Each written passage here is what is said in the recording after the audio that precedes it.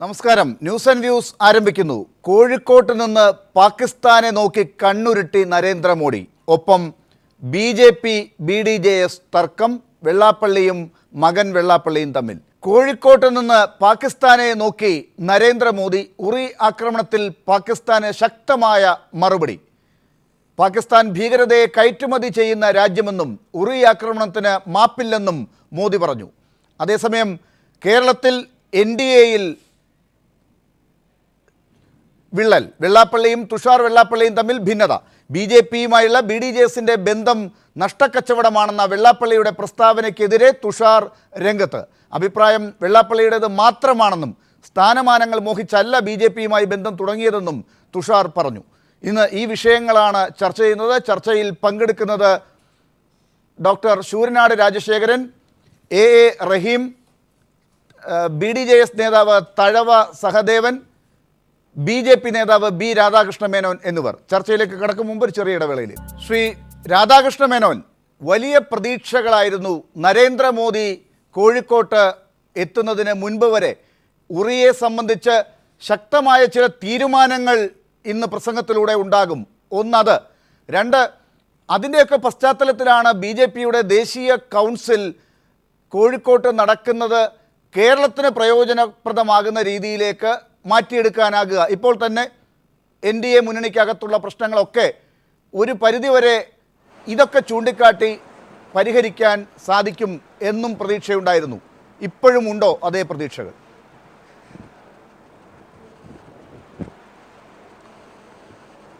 അല്ല, ഇത് സംബന്ധിച്ച് ദേശീയ കൗൺസിലിന് ശേഷം പരിഹരിക്കേണ്ടതായിട്ടോ അല്ലെങ്കിൽ അങ്ങനത്തെ ഒരു പ്രശ്നങ്ങളൊന്നും ഞങ്ങളെ സംബന്ധിച്ച് ഞങ്ങൾ ചിന്തിച്ചിട്ടില്ല.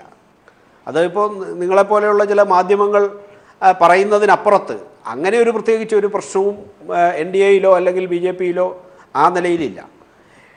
പിന്നെ അദ്ദേഹത്തിൻ്റെ പ്രധാനമന്ത്രി ഈ സമ്മേളനത്തിൽ വളരെ വ്യക്തമായി സുവ്യക്തമായി പ്രസംഗിച്ചു കഴിഞ്ഞിരിക്കുന്നു. കാരണം പാകിസ്ഥാന് അവിടുത്തെ ജനങ്ങളോട് സംവദിക്കുന്ന തരത്തിലുള്ള ഒരു പ്രസംഗമാണ് നരേന്ദ്രമോദിജിയുടെ ഇന്നുണ്ടായത്. കാരണം പാകിസ്ഥാനെ അതിശക്തമായ ഭാഷയിൽ ദേശീയ തലത്തിലുള്ള ഇന്നത്തെ പ്രശ്നങ്ങൾ ഉയർത്തിപ്പിടിച്ചുകൊണ്ട് തന്നെ വിമർശിക്കുവാൻ അദ്ദേഹം തയ്യാറായി എന്ന് മാത്രമല്ല, ഉറിയിലും അതേപോലെ അടുത്ത കാലത്തുണ്ടായ 17ഓളം അക്രമങ്ങൾ, പാകിസ്ഥാൻ്റെ ഭീകരവാദ പ്രവർത്തനങ്ങൾ, ആ 17 സംഭവങ്ങളെയും അതീവ ഗൗരവത്തോടെ നോക്കിക്കാണുകയും അവർക്ക് അതിശക്തമായി മറുപടി കൊടുത്ത ജവാന്മാരോട് ഉള്ള കടപ്പാട് വ്യക്തമാക്കുകയും 110ഓളം ഭീകരവാദികളെ ഇതിനിടയിൽ കാലപുരിക്കയക്കുവാൻ കഴിഞ്ഞ വസ്തുത പുറത്തു പറഞ്ഞു. ആ പ്രസംഗമെല്ലാം കേട്ടതും അതിന്റെ പരിഭാഷയും കേട്ടതുകൊണ്ട് സമയത്തിന്റെ പ്രശ്നം കൂടി ഉള്ളത് കൊണ്ട് ശ്രീ രാധാകൃഷ്ണ മേനോൻ, ഞാൻ ഇടയ്ക്കിടയ്ക്ക് എല്ലാ അതിഥികളും പറയുമ്പോൾ ഇടപെടും. നമുക്ക് അറിയേണ്ട കാര്യങ്ങൾ മാത്രമാണ് ഈ ചർച്ചയിലൂടെ എടുക്കാൻ നോക്കുന്നത്. ഈ തുടക്കത്തിൽ എല്ലാ അതിഥികളെയും അറിയിക്കുകയാണ്. ശ്രീ രാധാകൃഷ്ണ മേനോൻ, മുൻപ് നരേന്ദ്രമോദി മുഖ്യമന്ത്രിയായിരുന്ന ഗുജറാത്തിൽ ഇരുന്നു കൊണ്ട് മാധ്യമങ്ങളെ അന്ന് പാകിസ്ഥാൻ ഇന്ത്യയെ ആക്രമിച്ച ഘട്ടങ്ങളിൽ അന്നത്തെ പ്രധാനമന്ത്രി മൻമോഹൻ സിംഗ് അമേരിക്കയിലേക്ക് ഒബാമയെ കാണാൻ പോയിക്കൊണ്ടിരിക്കുന്നു എന്നൊക്കെ പറഞ്ഞ് കളിയാക്കിയത് ഓർക്കുന്നുണ്ട്. ഇപ്പോഴും ഇന്നും അതിൻ്റെ ദൃശ്യങ്ങൾ ഏതൊക്കെയോ മാധ്യമങ്ങളിൽ കണ്ടു. അതായത് ഇങ്ങനെ പ്രസംഗിച്ച് നടന്നാൽ മതിയോ? പാകിസ്ഥാന് മറുപടി കൊടുക്കേണ്ട എന്തെങ്കിലും ചെയ്യേണ്ടേ? അമേരിക്കയിലേക്ക് പോയാൽ മതിയോ? നേരെ പാകിസ്ഥാനിലേക്ക് പോകൂ എന്നൊക്കെയാണ് അന്ന് ശ്രീ നരേന്ദ്രമോദി വികാരവിക്ഷോഭങ്ങളോടുകൂടി മാധ്യമങ്ങളിൽ പറഞ്ഞത്.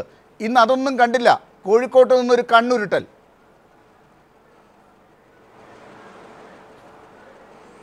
അല്ലേ, ഇത് സംബന്ധിച്ച് പ്രധാനമന്ത്രിക്ക് പറയാവുന്നതിൻ്റെ പരമാവധി ഭാഷയിൽ, പ്രത്യേകിച്ചും ഒരു പൊതുസമ്മേളന വേദിയിൽ പറയാവുന്നതിൻ്റെ പരമാവധി ഭാഷയിലും വ്യക്തതയോടും കൂടി അദ്ദേഹം പറഞ്ഞു എന്നാണ് എൻ്റെ വിശ്വാസം.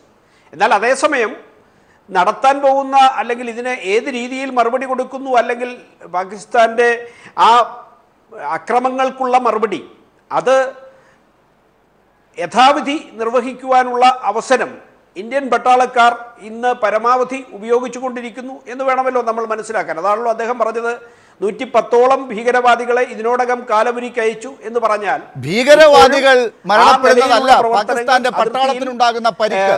ഇവിടെ നമ്മുടെ പട്ടാളക്കാരാണ് മരണപ്പെട്ടത്. അതവിടെ നിൽക്കട്ടെ. യുദ്ധം വേണമോ വേണ്ടോ എന്നുള്ള ചർച്ച നമുക്ക് രണ്ടാമത് എടുക്കാം. നിങ്ങൾക്ക് തന്നെ തർക്കങ്ങളുണ്ടല്ലോ, അത് നിങ്ങൾ നാളെ മറ്റന്നാളൊക്കെ ചർച്ച ചെയ്ത് തീരുമാനിക്കൂ. ഇവിടെ ഇന്ന് നരേന്ദ്രമോദിയുടെ പ്രസംഗത്തിൽ ഒരു മാറ്റം കണ്ടു. മുമ്പ് മൻമോഹൻ സിംഗിനെയും അല്ലെങ്കിൽ പാകിസ്ഥാൻ ആക്രമിച്ച ഘട്ടങ്ങളിൽ അന്നത്തെ ഭരണകൂടത്തെ വിമർശിച്ച ആ ഒരു തെറ്റ് ഇന്ന് തിരുത്തുന്നത് പോലെ, അത് തെറ്റാണെങ്കിൽ എനിക്കറിയില്ല, ഇന്ന് നരേന്ദ്രമോദി അത് തിരുത്തി വേറെ രീതിയിലാണ്. അന്ന് അദ്ദേഹം പറഞ്ഞതുപോലെ പെരുമാറിയില്ല. രണ്ടാമത്, കേരളത്തെ തന്നെ അദ്ദേഹം ഇന്ന് അഭിസംബോധന ചെയ്ത് തുടങ്ങിയത് എങ്ങനെയാണ്? God's own country. 6 മാസങ്ങൾ കഴിഞ്ഞപ്പോൾ അല്ലെങ്കിൽ 8 മാസങ്ങൾ കഴിഞ്ഞപ്പോൾ ഈ കേരളത്തിൽ വന്ന് പ്രസംഗിച്ച അതൊക്കെ അന്ന് ചെയ്തത് തെറ്റായിരുന്നു, അന്ന് പ്രസംഗിച്ചത് തെറ്റായിരുന്നു, സൊമാലിയ അല്ല കേരളം എന്ന് 8 മാസത്തിനകം തിരിച്ചറിഞ്ഞോ നരേന്ദ്രമോദി? അങ്ങനെ തെറ്റുകൾ തിരുത്തുന്ന ഒരു വേദിയായിരുന്നോ ഇന്ന് കോഴിക്കോട്ട്?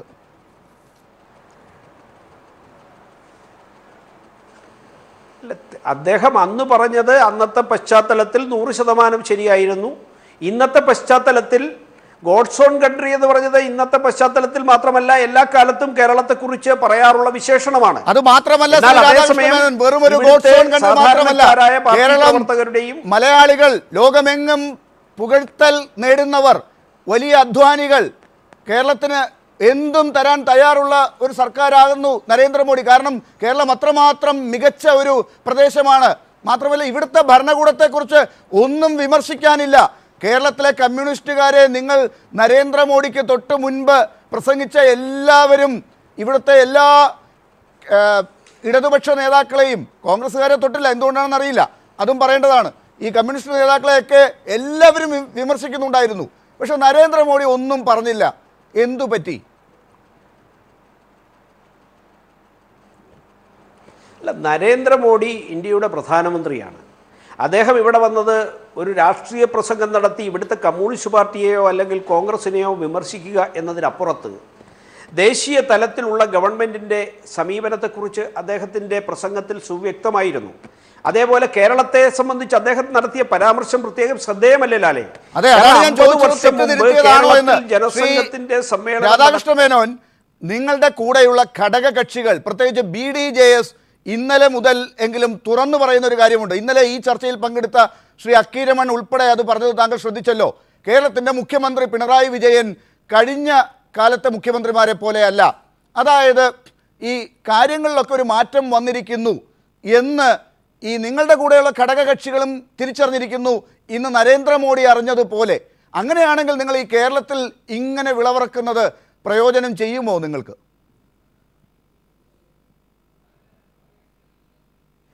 കേരളത്തിൽ ഇന്നുള്ള പ്രശ്നം എന്ന് പറയുന്നത് കമ്മ്യൂണിസ്റ്റ് പാർട്ടിക്ക് ഭരണം കിട്ടിയപ്പോൾ അതിൻ്റെ അഹങ്കാരവുമായി വ്യാപകമായി നടത്തുന്ന അക്രമങ്ങളാണല്ലോ പ്രധാനപ്പെട്ട പ്രശ്നം. അതൊന്നും പറഞ്ഞില്ലല്ലോ ശ്രീ നരേന്ദ്രമോദി. ആകെ അക്രമം നടക്കുന്നത് പാകിസ്ഥാൻ ഉറിയിൽ നടത്തിയ അക്രമം മാത്രമാണല്ലോ കണ്ടത്. അതിനൊരു കണ്ണുരുട്ടൽ മാത്രവും, ഒന്നും ചെയ്യുന്നുമില്ല. അല്ല കേരളത്തിൽ കമ്മ്യൂണിസ്റ്റ് പാർട്ടി നടത്തുന്ന അക്രമത്തെ സംബന്ധിച്ച് അദ്ദേഹം പറയാതിരുന്നത്, അദ്ദേഹം ഇന്ത്യയുടെ പ്രധാനമന്ത്രി ആയതുകൊണ്ട് അദ്ദേഹം പാലിക്കേണ്ട മാന്യത പാലിച്ചുകൊണ്ട് പറയാതിരുന്നു എന്നാണ് ഞാൻ മനസ്സിലാക്കുന്നത്. കാരണം ഇന്ത്യൻ പ്രധാനമന്ത്രിക്ക് അതിൻ്റെതായ ഒരു സ്ഥാനമുണ്ട്. അദ്ദേഹം ഇവിടെ വന്നിട്ട് ഒരു കേവലം ഈ സംസ്ഥാന ഗവൺമെന്റിന്റെ ആഭ്യന്തര കാര്യമായിട്ടുള്ള ക്രമസമാധാനവുമായി ബന്ധപ്പെട്ട ഈ മര്യാദ എന്തുകൊണ്ടാണ് പ്രധാനമന്ത്രി ആയിരുന്നപ്പോൾ തന്നെ 2015 അവസാനം ഡിസംബറിലാണെന്നാണ് എൻ്റെ ഓർമ്മ, അതോ ജനുവരിയിലോ, ഈ കേരളത്തിൽ വന്നപ്പോൾ അന്ന് കാണിക്കാതിരുന്നത്? അന്നും ഈ കേരളത്തിൽ ഇവിടെ ഭരിച്ചിരുന്നത് ഇടതുപക്ഷവും മാറി മാറി കോൺഗ്രസും ഒക്കെ ആണല്ലോ കണ്ടെത്തിയിരുന്നത്. ഇവിടെ ഉണ്ടായിരുന്ന എല്ലാ മുഖ്യമന്ത്രിമാരെയും, ഇതുവരെ ഇന്നോളം ഉണ്ടായിരുന്ന കേരളത്തിലെ എല്ലാ ഭരണത്തെയും നിഷ്പ്രഭമായി കണ്ടുകൊണ്ടല്ലേ പ്രസംഗിച്ചത്? അതൊക്കെ എങ്ങനെയാണ് ഇന്ന് ഈ 8 മാസം കഴിഞ്ഞപ്പോൾ ഇതേ പ്രധാനമന്ത്രി പുതിയ പാഠങ്ങൾ പഠിക്കുന്നത്? ലാലേ, അന്ന് അദ്ദേഹം പ്രസംഗിക്കുന്ന വേളയിൽ പരാമർശിച്ച പ്രശ്നങ്ങൾ ഇവിടുത്തെ പട്ടിണിക്കാരായിട്ടുള്ള ആളുകളെക്കുറിച്ചും ഇവിടുത്തെ വനവാസികൾക്കടക്കമുണ്ടാകുന്ന പ്രശ്നങ്ങളെക്കുറിച്ചുമൊക്കെയാണ്. ആ പ്രശ്നങ്ങളെല്ലാം പരിഹരിക്കപ്പെട്ടു എന്നല്ല ഇപ്പം പറഞ്ഞത്. അത് തെരഞ്ഞെടുപ്പിന് തൊട്ട് മുമ്പാണ് അദ്ദേഹം പ്രസംഗിച്ചത്. തെരഞ്ഞെടുപ്പിന് ശേഷം ഒരു ഗവൺമെൻറ് അധികാരത്തിൽ വന്നിരിക്കുന്നു. ആ ഗവൺമെൻറ് അധികാരമേറ്റിട്ട് അധികം നാളുകളായിട്ടില്ല. അപ്പോൾ ആ ഗവൺമെൻറ്റിന് ഇത് സംബന്ധിച്ച് എന്തെങ്കിലും നല്ല കാര്യങ്ങൾ ചെയ്യാൻ ഉദ്ദേശമുണ്ടെങ്കിൽ അത് പ്രവർത്തിക്കുവാൻ മതിയായ ഒരു സമയം കൊടുക്കുവാനുള്ള ശരി, ആ മാന്യത നരേന്ദ്രമോദി കാണിക്കുന്നുണ്ടല്ലോ. ഈ തെരഞ്ഞെടുപ്പ് കഴിഞ്ഞ് തൊട്ടടുത്ത ദിവസം മുതൽ നിങ്ങൾ കേരളത്തിൽ എന്താണ് കാണിക്കുന്നത്? ഇതൊക്കെ കണ്ടിട്ടാണോ നിങ്ങളുടെ ദേശീയ നേതാക്കൾ ഇന്ന് നടന്ന ചർച്ചയിൽ നിങ്ങളെ കുറ്റപ്പെടുത്തിയത് നിങ്ങളുടെ പ്രവർത്തനം കേരളത്തിൽ ശരിയല്ല എന്ന്? അല്ല, ഈ നരേന്ദ്രമോദി പ്രധാനമന്ത്രി എന്നുള്ള നിലയിൽ അത് പറഞ്ഞിട്ടില്ല എന്നുള്ളത് നിങ്ങൾക്കുള്ള ഒരു സർട്ടിഫിക്കറ്റ് ഒന്നുമല്ല, കമ്മ്യൂണിസ്റ്റുകാർക്കുള്ള സർട്ടിഫിക്കറ്റ് രാധാകൃഷ്ണ മേനോൻ, മാധ്യമത്തിന് കൈരളിക്ക് ഇതിൽ പങ്കില്ല. കൈരളി ഒരു പ്ലാറ്റ്ഫോം മാത്രമാണ്. പ്ലീസ്. അല്ല, കൈരളിക്ക് പലപ്പോഴും കൈരളിയുടെ അവതരണം വരുമ്പോൾ അങ്ങനെ തോന്നുന്നത് കൊണ്ട് അറിയാതെ ഞാൻ പറഞ്ഞു പോയതാണ്, മനഃപൂർവ്വമല്ല. കൈരളിയും സ്വീകരിക്കുന്ന സമീപനം കൊണ്ട് അങ്ങനെയാണെങ്കിൽ ഏത് ചാനലിൽ പോയാലും ചില ചാനലുകളുടെ പേര് ഞാൻ പറയുന്നില്ല, അവിടെ പോകുമ്പോൾ മാത്രമേ അങ്ങേക്ക് ഇത് തോന്നാതിരിക്കുകയുള്ളൂ. ഞാൻ തിരിച്ചു വരാം ശ്രീ രാധാകൃഷ്ണ മേനോൻ. ശ്രീ തഴവ സഹദേവൻ, ഈ വെള്ളാപ്പള്ളി നടേശൻ ഇന്നലെ പറഞ്ഞത് എന്തോ ഓർക്കാതെയൊക്കെ ആയിരിക്കാം, അദ്ദേഹത്തോട് ഇന്ന് ചോദിക്കട്ടെ എന്നാണ് അക്കീരമൺ കാളിദാസ ഭട്ടതിരിപ്പാട് ഇന്നലെ ഈ ചർച്ചയിൽ പറഞ്ഞത്. നിങ്ങളെപ്പോലുള്ളവർ വെള്ളാപ്പള്ളിയോട് ഇതൊക്കെ ചോദിച്ചോ? എന്താണ് ബി ജെ പിയോട് ഇത്രമാത്രം അദ്ദേഹത്തിന് ഇപ്പോൾ അതൃപ്തി? നരേന്ദ്രമോദിയെ കാണാൻ കോഴിക്കോട്ടേക്ക് പോകില്ല എന്നൊക്കെ മാധ്യമങ്ങളോട് പറയാൻ എന്താണ് സംഭവിച്ചത്?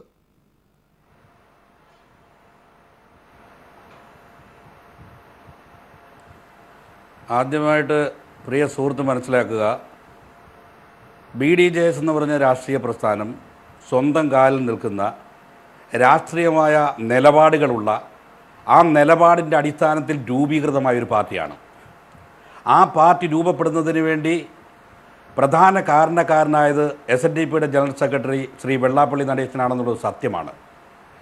കേരളത്തിൻ്റെ രാഷ്ട്രീയ ഭൂമികയിൽ ഇടതുപക്ഷവും വലതുപക്ഷവും അഡ്ജസ്റ്റ്മെൻറ്റ് രാഷ്ട്രീയം കളിക്കുന്നു. അതിനപ്പുറത്ത് പിന്നോക്ക മതവിഭാഗങ്ങളെയും ന്യൂനപക്ഷ സമൂഹത്തിനുമൊക്കെ ഉണ്ടാകുന്ന ഛേദങ്ങൾക്ക് പുതിയൊരു രാഷ്ട്രീയ സംവിധാനം ഈ രാജ്യത്ത് ആവശ്യമാണെന്ന് തോന്നത്തക്ക തരത്തിൽ പ്രകടമായ പല പെരുമാറ്റങ്ങളും ഇടത് വലത് രാഷ്ട്രീയ പ്രസ്ഥാനങ്ങൾ ഉണ്ടായിടത്താണ് കേരളത്തിൽ ചരിത്രം പറയാൻ നമുക്ക് സമയമില്ല. സഹദേവൻ, വെള്ളാപ്പള്ളി നടേശൻ ഇന്നലെ കേരളത്തിന്റെ മുഖ്യമന്ത്രി ശ്രീ പിണറായി വിജയനെ കണ്ടു പറഞ്ഞത് കേരളം ഇന്നുവരെ കണ്ടിട്ടില്ലാത്ത വളരെ പ്രഗത്ഭനായ മുഖ്യമന്ത്രി, BJPക്ക് അതിനോട് യോജിപ്പില്ല. നിങ്ങളുടെ കൂടെ ഉള്ള അക്കീരമൺ ഇന്നലെ ഈ ചർച്ചയിൽ ഈ വെള്ളാപ്പള്ളി പറഞ്ഞത് ശരിയാണെന്ന് പറഞ്ഞു. എന്നാൽ BDJSനെ കഴുതയാക്കി എന്ന് പറഞ്ഞത് എന്താണെന്ന് മനസ്സിലാകുന്നില്ല എന്നാണ് പറഞ്ഞത്. ഇന്ന് അതേ അർത്ഥത്തിൽ തന്നെയാണ് വെള്ളാപ്പള്ളി വീണ്ടും പറഞ്ഞത്. ഇത് BJP കാണിച്ചത് ശരിയല്ല, BJP കാണിച്ച ഈ വിശ്വാസവഞ്ചന BDJS മനസ്സിലാക്കും, വേണ്ടത് BDJS പ്രവർത്തിക്കുമെന്നാണ് കരുതുന്നത് എന്നാണ് വെള്ളാപ്പള്ളി പറഞ്ഞത്.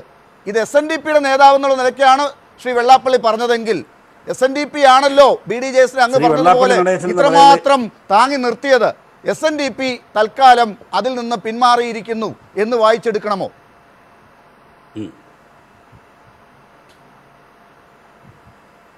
അല്ല, SNDPയുടെ ജനറൽ സെക്രട്ടറി പറഞ്ഞത് SNDPയുടെ അഭിപ്രായമാണ്.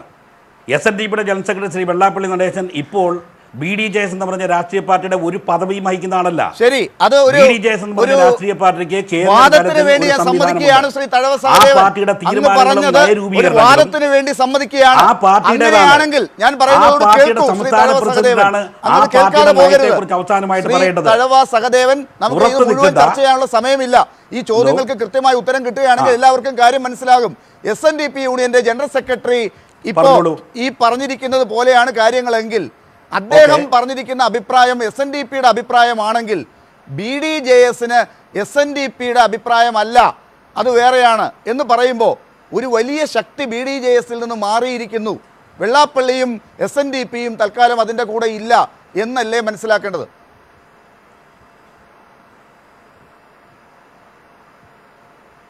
അല്ല, SNDP എന്ന് പറയുന്നത് വ്യത്യസ്ത രാഷ്ട്രീയ പാർട്ടിയുടെ ഒരു കോർഡിനേഷനാണ്. ആ BDJS എന്ന് പറയുന്ന പാർട്ടിയിൽ മുഴുവൻ SNDPക്കാരില്ല. ഈഴവാദി പിന്നോക്ക സമുദായങ്ങളും മുന്നോക്ക സമുദായത്തിൽ സാമ്പത്തികമായി പിന്നോക്കം നിൽക്കുന്ന ജനതയും ചേർന്ന ഒരു രാഷ്ട്രീയ പാർട്ടി, നമ്പൂതിരി മുതൽ നായാടി വരെ എന്ന് പറയുന്ന ഒരു കൺസെപ്റ്റിനകത്തുണ്ടാക്കിയ രാഷ്ട്രീയ പാർട്ടി SNDP മാത്രമല്ല. SNDP വ്യത്യസ്ത രാഷ്ട്രീയ പാർട്ടികളുണ്ട്. SNDP എന്ന് പറയുന്ന സാമുദായിക ശരി, സംഘടന അത് വളരെ മനസ്സിലായി. ന്യൂനപക്ഷത്തിൽ പക്ഷേ ഈ SNDP-യിൽ വെള്ളാപ്പള്ളി പറഞ്ഞാൽ കേൾക്കുന്നവരെല്ലാവരും കൂടി ചേർന്നാണല്ലോ ഈ BDJS-നെ ഉണ്ടാക്കാൻ അന്ന് പോയത്.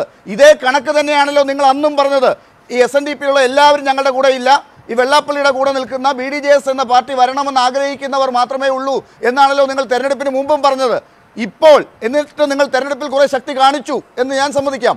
BJP-ക്ക് അതിന്റെ ഗുണമുണ്ടായി എന്ന് BJP സമ്മതിക്കുന്നില്ലായിരിക്കാം. പക്ഷേ നിങ്ങളുടെ ശക്തി ഉണ്ട് അതിനകത്ത്.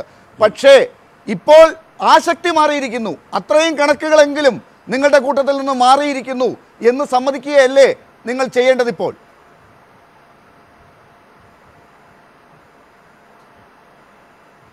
അല്ല, എന്തുകൊണ്ടല്ല? അല്ല ബഹുമാനപ്പെട്ടല്ലേ, അതല്ല. ഒന്ന് അങ്ങ് മനസ്സിലാക്കുക, ശ്രീ വെള്ളാപ്പള്ളി നടേശൻ ഇത്തരം അഭിപ്രായം പറയുന്ന ഒരു പശ്ചാത്തലമുണ്ട്. ആ പശ്ചാത്തലം എന്ന് പറയുന്നത് ഈ BDJS-ഉം BJP ആയിട്ടുള്ള ചില വിഷയങ്ങൾ എന്തോ അഭിപ്രായ വ്യത്യാസമുണ്ടോ എന്നുള്ള നിലയ്ക്കാണ്. BDJS-ഉം BJP ആയിട്ട് യാതൊരു അഭിപ്രായ വ്യത്യാസവും ഇല്ല. BDJS-ന് അഭിപ്രായ വ്യത്യാസം ഉണ്ടോ ഇല്ലയോ ഇല്ല എന്നുള്ള വിവരം സ്പഷ്ടമായിട്ട് BDJS-ന്റെ സംസ്ഥാന പ്രസിഡന്റ് പേടിക്കണ്ട. BDJS-ഉം BJP-യും തമ്മിൽ പ്രശ്നമുണ്ടായി, നിങ്ങളുടെ കിട്ടാനുള്ള സ്ഥാനങ്ങളൊക്കെ പോകുമെന്ന് കരുതണ്ട. ഞാൻ അതിനകത്ത് ഇടപെടുന്നില്ല. എൻ്റെ ചോദ്യം, ഈ വെള്ളാപ്പള്ളി ഇപ്പോൾ പറഞ്ഞിരിക്കുന്നത് അനുസരിച്ച് SNDP അദ്ദേഹത്തിന്റെ കൂടെ വന്നവരൊക്കെ അദ്ദേഹത്തിന്റെ കൂടെ നിൽക്കില്ലേ എന്നാണ്.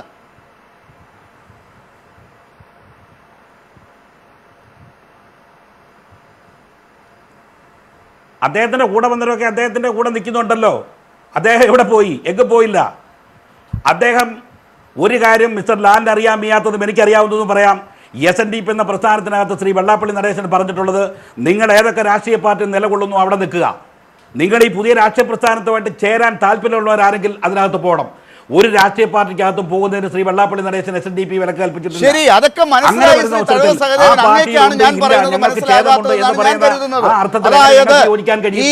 ഇങ്ങനെയൊക്കെ പറഞ്ഞതിന് ശേഷം ബാക്കിയുള്ള കുറെ പേരാണല്ലോ SNDP-യിൽ നിന്ന് BDJS-ൽ അവസാനം അവശേഷിച്ചത്. അവരൊക്കെ BDJS-ന്റെ കൂടെ വന്നവരാണല്ലോ. ഈ കഴിഞ്ഞ തെരഞ്ഞെടുപ്പിൽ നിങ്ങളുടെ കൂടെയൊക്കെ വോട്ട് ചെയ്തവരെന്ന് പറയുന്നവരൊക്കെ നിങ്ങളുടെ അക്കൗണ്ടിൽ വന്ന SNDP-യിലെ ആളുകളാണെന്ന് നിങ്ങൾ സമ്മതിക്കുമല്ലോ. ഈ അഭിപ്രായം ഇപ്പോൾ വെള്ളാപ്പള്ളി നടേശൻ ഉണ്ടാകുമ്പോൾ ആ കണക്കുകൾ വെള്ളാപ്പള്ളി നടേശന്റെ കൂടെ തിരിച്ചു പോകുന്നു എന്നല്ലേ മനസ്സിലാക്കേണ്ടത്?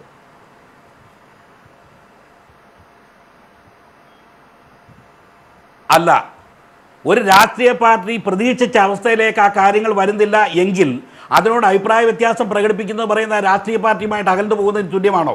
അതെങ്ങനെയാണ് സുഹൃത്തെ അങ്ങനെ ശരിയാകുന്നത്? രാഷ്ട്രീയ പാർട്ടികൾ തമ്മിൽ തന്നെ അഭിപ്രായ വ്യത്യാസം പറഞ്ഞിട്ടില്ലേ? ഇടതുപക്ഷത്തിൽ നിൽക്കുന്ന ഘടകകക്ഷികൾ എത്രയോ കാലത്ത് അഭിപ്രായ വ്യത്യാസം പറഞ്ഞുകൊണ്ട് അതിനകത്ത് നിന്നു. ആ അഭിപ്രായ വ്യത്യാസം പറഞ്ഞപ്പോൾ ചാടിപ്പോയിട്ടുണ്ടോ?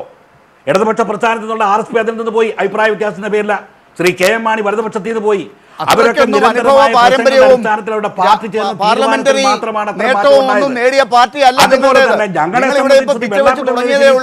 എന്തെങ്കിലും നേടിയോ എന്നുള്ളത് കാണിക്കേണ്ടിയിരിക്കുന്നു. ഞാൻ തിരിച്ചു വരാം ശ്രീ തഴവ സഹദേവൻ. നിങ്ങളുടെ സ്ഥാന ലബ്ധിയിലൊന്നും ഞാൻ ഇടപെടുന്നില്ല. അത് നമുക്ക് രണ്ടാമതെടുക്കാം. ഞാൻ അതിനു മുമ്പ് ശ്രീ റഹീമിലേക്കും ശ്രീ ശൂരനാട് രാജശേഖരിലേക്ക് ഒന്ന് പോട്ടെ. ശ്രീ റഹീം, ഈ പറഞ്ഞ കണക്ക് ശ്രീ തഴവ സഹദേവൻ പറഞ്ഞതും നേരത്തെ BJP കേരളത്തിൽ നിന്ന് ലാഭമുണ്ടാക്കാൻ ശ്രമിക്കുന്നതിൻ്റെ അടയാളങ്ങൾ ഇന്നത്തെ മോഡിയുടെ പ്രസംഗത്തിൽ നിന്ന് വായിച്ചെടുക്കേണ്ടതില്ല എന്ന് പറഞ്ഞതും എങ്ങനെയാണ് റഹീം കാണുന്നത്? അല്ല, ഇതിനകത്തൊന്ന് ഈ BDJS-മായി ബന്ധപ്പെട്ട് അദ്ദേഹം പറയുന്നത്, ശ്രീ തഴവ സഹദേവൻ പറയുന്നത് സാമാന്യ ബുദ്ധിക്ക് നിരക്കുന്ന കാര്യങ്ങളല്ല. ഒന്ന്, SNDP-ക്ക് കൊടുത്ത വാക്കുകളല്ല, ഇപ്പോൾ വാഗ്ദാനങ്ങൾ പാലിച്ചില്ല എന്നാണ് വെള്ളാപ്പള്ളി നടേശൻ കഥനം മുഴക്കിയത്. അങ്ങനെ കഥനകഥ അദ്ദേഹം പറഞ്ഞത് വിഷമം പങ്കിട്ടത് വെള്ളാപ്പള്ളിക്കല്ല, ജനറൽ സെക്രട്ടറി SNDP-ക്കല്ല BJP എപ്പോഴെങ്കിലും ഒരു വാഗ്ദാനം കൊടുത്തത്. BJP വാഗ്ദാനവും BJP-യും തമ്മിലുള്ള ഡീൽ BDJS-ഉമായിട്ടായിരുന്നു. രണ്ടാമത് അദ്ദേഹം പറഞ്ഞു നായാടി മുതൽ നമ്പൂതിരി വരെ. ആ സ്ലോഗൻ വെച്ച് കേരളത്തിൽ ജാഥ നയിച്ച ആളാണ് ഈ പറയുന്ന വെള്ളാപ്പള്ളി നടേശൻ. ആ വെള്ളാപ്പള്ളി നടേശനാണ് ഇപ്പോൾ പറയുന്നത് BJP ഞങ്ങളെ ചതിച്ചു എന്ന്. അവിടെ താങ്കൾ പറയുന്നതും രണ്ടും രണ്ടാക്കി കാണാനൊന്നും പറ്റില്ല. അത് നിങ്ങൾക്ക് ഈ ചർച്ചയിലെല്ലാം ന്യായം പറയാനാണ്. ഒരു കാര്യം ഉറപ്പാണ്, ഇനി നിങ്ങൾ എന്ത് ന്യായം പറഞ്ഞാലും, ഇപ്പോൾ സ്ഥാനമാനങ്ങളെ സംബന്ധിച്ചാണ് ശ്രീനാരായണ പ്രസ്ഥാനവും അല്ലെങ്കിൽ അതുമായി മുൻനിർത്തി ഉണ്ടാക്കിയ BDJS-ഉം അക്കിരമൺ കാളിദാസിൻ്റെ ഈ നമ്പൂതിരി യോഗക്ഷേമ സഭയെ മാറ്റിവെച്ചാൽ ബാക്കി അതുമായി നിങ്ങൾ കൊണ്ടുവച്ച് നിർത്തിയ KPMS ആകട്ടെ, ഇയാൾ CK ജാനു ആകട്ടെ, ഇവരുടെയൊന്നും രാഷ്ട്രീയവും BJPയുടെ രാഷ്ട്രീയവും തമ്മിൽ യോജിച്ചു പോകാനാകില്ല. നിങ്ങളീ പറയുന്ന നായാടി മുതൽ നമ്പൂതിരി വരെയുള്ളവർ, നായാടി മുതലുള്ള അധസ്ഥിത ജനവിഭാഗം അവിടെ ഉത്തരേന്ത്യയിൽ ഈ പറയുന്ന ഇവരുടെയൊക്കെ കസേര കൊടുക്കുന്നില്ല. എന്തുകൊണ്ടാണ് ഇപ്പോൾ ശ്രീ രാധാകൃഷ്ണ മേനോൻ പറഞ്ഞല്ലോ കോഴിക്കോട് വെച്ച് നടക്കുന്നു. ഞാൻ ചോദിക്കട്ടെ ശ്രീലാലെ, കോഴിക്കോടല്ലാതെ കേരളത്തിലല്ലാതെ BJPയുടെ ഭാഷയിലാണെങ്കിൽ ഈ സോമാലിയയിലല്ലാതെ വേറെ എവിടെയാണ് നിങ്ങൾക്ക് നടത്താനാകും? ഞാൻ രാധാകൃഷ്ണ മേനോനെ വെല്ലുവിളി ചോദിക്കുന്നു. കർണാടകയിൽ ഈ യോഗം നടത്താൻ പറ്റുമോ? തമിഴ്നാട്ടിലുള്ള BJPയുടെ നേതാക്കൾക്ക് ഇപ്പോൾ അവിടെ പോകാൻ പറ്റുമോ? തമിഴ്നാട്ടിൽ നടത്താൻ പറ്റുമോ? എങ്കിൽ കർണാടകയിലെ BJPയുടെ നേതാക്കൾക്ക് തമിഴ്നാട്ടിൽ പോകാൻ പറ്റുമോ? കർണാടക രജിസ്ട്രേഷൻ വണ്ടിയുമായി തമിഴ്നാട്ടിൽ രജിസ്ട്രേഷൻ കർണാടകയിൽ പോകാൻ പറ്റുമോ? ഗുജറാത്തിൽ പറ്റുമോ? അവിടെ ദളിതർ ആട്ടി ഓടിക്കും, ഇവരെ ആട്ടി ഓടിക്കും. അവിടെ പട്ടേൽമാർ ഇല്ലെങ്കിൽ ആട്ടി ഓടിക്കും. ഉത്തർപ്രദേശിൽ ഇവരുടെ പരിപാടികൾ റദ്ദ് ചെയ്യേണ്ടി വരുന്നു. ആകെ കേരളം എന്ന് പറയുന്നത് നിങ്ങളുടെ ഭാഷയിൽ സൊമാലിയ, ഞങ്ങളുടെ ഭാഷയിൽ ഗോഡ്സ് ഓൺ കൺട്രി. ആ കേരളം എന്ന് പറയുന്ന കേരളത്തിൻ്റെ മതനിരപേക്ഷവും സമാധാനപ്രിയവുമായ ഒരു ജനാധിപത്യ സംസ്കൃതിയുടെ മണ്ണിൽ മാത്രമേ നിങ്ങളെന്നല്ല നാളെ ഏതൊരു പാർട്ടിക്കും വന്നൊരു യോഗം നടത്താൻ പറ്റുള്ളൂ. അതാണ് ഇതിൻ്റെ പ്രശ്നം. ഈ ജനാധിപത്യ സാഹചര്യം വേറൊരിടത്തില്ല. ഇത് BJP മനസ്സിലാക്കണം. പിന്നെ നിങ്ങൾ ഈ സൊമാലിയയിൽ വരേണ്ടി വന്നല്ലോ പാകിസ്ഥാനെതിരെ എന്തെങ്കിലും പറയാൻ. പാകിസ്ഥാനെതിരെ നിങ്ങൾ പറയുന്നു കാലയവനികയ്ക്കുള്ളിൽ കാലപുരിയിൽ അയച്ച കഥ പറയുകയാണ്. നരേന്ദ്രമോദി ഒരുപാട് പേരെ കാലപുരിക്കുള്ളിലേക്ക് അയച്ചിട്ടുണ്ട്. അദ്ദേഹം ഗുജറാത്തിൻ്റെ മുഖ്യമന്ത്രി ആയിരിക്കുമ്പോൾ 2002 ലോകത്തെ നടുക്കിയ വംശഹത്യ ഉണ്ടായത്. അന്ന് അദ്ദേഹം ഒരുപാട് പേരെ കാലയവനികയ്ക്കുള്ളിൽ അയച്ചിട്ടുണ്ട് എന്ന് വേണമെങ്കിൽ പറയാമല്ലോ. കാര്യം ഇന്ന് അദ്ദേഹം ഇന്ത്യയുടെ പ്രധാനമന്ത്രിയാണെങ്കിൽ അന്ന് അദ്ദേഹം ഗുജറാത്തിൻ്റെ മുഖ്യമന്ത്രിയായിരുന്നു. അദ്ദേഹത്തിൻ്റെ ഉത്തരവാദിത്വമല്ലേ? ഈ അമിത്ഷായുടെ മേലും ആരോപണങ്ങളുണ്ട്. അങ്ങനെ ഒരുപാടുണ്ട്. ഇവിടെ ഇപ്പോൾ പ്രശ്നം BJP വലിയ പ്രതിസന്ധിയിലല്ലേ? BJP ഒരു ദേശീയ പാർട്ടിയാണല്ലോ. നിങ്ങൾ കേരളത്തിലേക്ക് വന്ന് കേരളത്തിലെ കാര്യങ്ങൾ പറയുമ്പോൾ ഞാൻ ചോദിക്കുന്നു, നിങ്ങൾ ഇരിക്കുന്ന കൊമ്പിന് ഇപ്പോൾ എത്ര ശക്തിയുണ്ട്?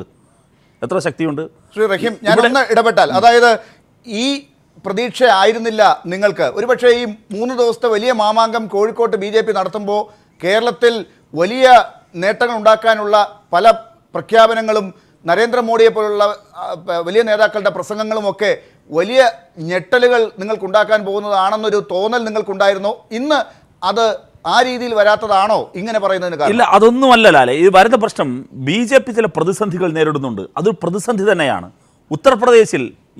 ഉത്തർപ്രദേശ് രാഷ്ട്രീയത്തെ പഠിച്ച ഏതെങ്കിലും ഒരു രാഷ്ട്രീയ നിരീക്ഷകൻ, ഏതെങ്കിലും ഒരു ദേശീയ മാഗസിൻ കാണിച്ചു തരാമോ ഇവർക്ക് അനുകൂലമായ ഒരു സാഹചര്യം ഉത്തർപ്രദേശിലുണ്ടെന്ന്? ഇന്ത്യ ആര് ഭരിക്കണമെന്ന് തീരുമാനിക്കുന്ന ഉത്തർപ്രദേശിൻ്റെ അവസ്ഥയാണത്. ഗുജറാത്തിൻ്റെ അവസ്ഥ എന്താ? നിങ്ങൾ രാജ്യമാകെ മോഡലായി ഉയർത്തിപ്പിടിച്ച ഗുജറാത്തിൽ വലിയ പ്രക്ഷോഭം നടക്കുന്നു. അത് ദളിതരുടെ ഇടയിലുണ്ട്, ഉപരിഭാഗമായ പട്ടേലിൻ്റെ ഭാഗത്തുണ്ട്. ഇപ്പോൾ ഇത് നിങ്ങൾ എവിടെയാണ് ഇത് പിടിച്ചു കെട്ടുക? ഗുജറാത്ത് കൂടുതൽ തുറന്നു കാട്ടപ്പെടുന്നു. അപ്പം BJPയെ കൂടുതൽ ജനങ്ങൾ അടുത്തറിയുന്നു. പിന്നെ 2 കാര്യങ്ങളാണ് ഇവർ ഉയർത്തിപ്പിടിച്ചതും: തീവ്ര ദേശീയതയും തീവ്ര ഹിന്ദുത്വവും. ഈ തീവ്ര ദേശീയത എന്ന കാർഡ് നിങ്ങൾ ഉയർത്തിപ്പിടിച്ച നിങ്ങൾ അമ്പെ പരാജയപ്പെട്ടില്ലേ? ഇനി നിങ്ങൾ തിരഞ്ഞെടുപ്പ് അടുത്ത് വരുമ്പോൾ സൈന്യത്തെയും കൂട്ടിപ്പോയി 2 വെടിവെക്കുമോ ഇല്ലയോ എന്ന് എനിക്കറിയില്ല. അന്ന് എന്തെങ്കിലും യുദ്ധസമാനമായ സാഹചര്യം ഉണ്ടാക്കുമോ എന്ന് എനിക്കറിയില്ല. കഴിഞ്ഞ ഈ ചർച്ചയിലെ പാനലിൽ തന്നെ ഉണ്ടായിരുന്ന അത്തരത്തിലുള്ള എക്സ്പെർട്ടുകൾ അത്തരത്തിലുള്ള ആശങ്കകൾ പങ്കുവയ്ക്കുകയും ചെയ്തു. ഡോക്ടർ ലാലിന് ഓർമ്മയുണ്ടാകും. ഞാൻ പറയുന്നത്, നിങ്ങൾ അധികാരത്തിൽ വന്നു, പത്താൻകോട്ട്, ഉറി ഒരേ മാതൃകയിൽ ആവർത്തിക്കപ്പെടുകയാണ്. എന്ത് സുരക്ഷയാണ് ഞാൻ പറയുന്നത്? ഇപ്പോൾ ദേശീയ സുരക്ഷ, അപ്പോൾ ദേശീയതയുടെ ചാമ്പ്യൻഷിപ്പ് ജനങ്ങൾ കൂടുതൽ അടുത്തറിയുന്നു. ഇവർ വലിയ കാര്യമില്ല. ഇവർ ഉയർത്തിപ്പിടിച്ചിരുന്ന വികസന മാതൃക, ആ വികസന മാതൃകയുടെ ഏറ്റവും വലിയ എക്സാമ്പിളായി ഉയർത്തിപ്പിടിച്ചിരുന്ന ഗുജറാത്ത് കൂടുതൽ തുറന്നു കാട്ടപ്പെടുന്നു. നിങ്ങൾ ആധിപത്യം ഉറപ്പിച്ചിരുന്ന മുഴുവൻ സ്റ്റേറ്റും ഇപ്പോൾ കൂടുതൽ പ്രയാസങ്ങളിലേക്ക് നിബന്ധിച്ചുകൊണ്ടിരിക്കുന്നു.